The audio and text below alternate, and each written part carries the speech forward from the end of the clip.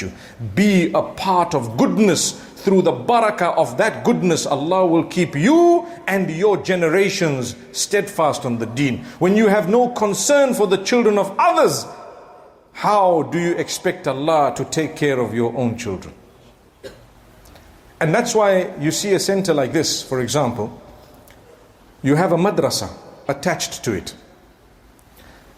Education for the children. It's not just the imam's kids.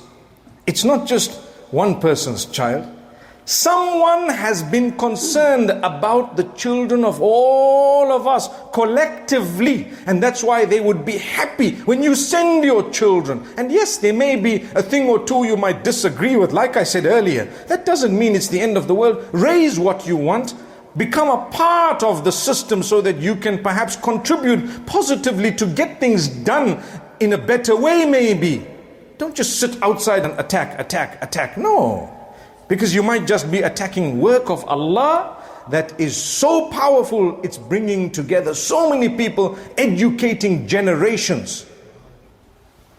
And like I said, if you can't be a part of it physically, at least make dua, at least help financially, at least say a good word, at least come and say some appreciating words to the imam and a few others. Jazakumullah khair. Thank you so much. You know, the imams of the masajid and the muaddin, and I'm going to end on this note. أطول الناس أعناقا يوم القيامة المؤذنون. According to one narration of the Prophet ﷺ, some narrations says those who will be the most conspicuous people on the day of judgment are the muaddins, the ones who called out for adhan. Why? When you say come to prayer, every single person who comes to prayer, you get a full reward of all the salahs that every one of them have made. So the hadith says لو يعلم الناس ما في النداء والصف الأول. It's a long hadith. It says, if people knew the value of the adhan, they would literally draw lots, fight with each other to make the adhan. But today, adhan, sometimes people say, oh, the muaddin. And they look at him as though he's one of the lowest in society. Astaghfirullah, astaghfirullah. But he will be the most conspicuous because he called people towards the house of Allah.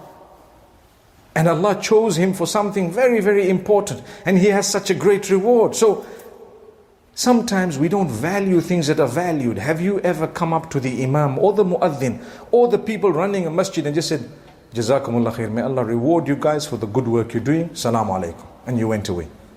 What did you do? You encouraged them. If that encouragement made them do a little bit more or made them happy, you were rewarded for it. In fact, we only pick on errors today. You know what, you guys? You put too many lights, you're wasting electricity. You know what? There's no air conditioning. You know what? There are too many this or there's too many. We just keep on picking and picking and picking. So your name gets written, but on the wrong side. It's on the wrong side, mashallah. You really want, you can offer something. Don't say that you did this and did that. Say, look, I've brought this, inshallah, you guys. If you feel, oh, I would like to contribute in this way to solve this problem and that's the way we should do things. May Allah Almighty continue to use us to serve the deen. Every one of us, all of us, you do not have an excuse. You have to call towards the deen of Allah. It's part of your faith. You have to. Even if you don't know much, at least through your character. Your smile will break through the people's hearts.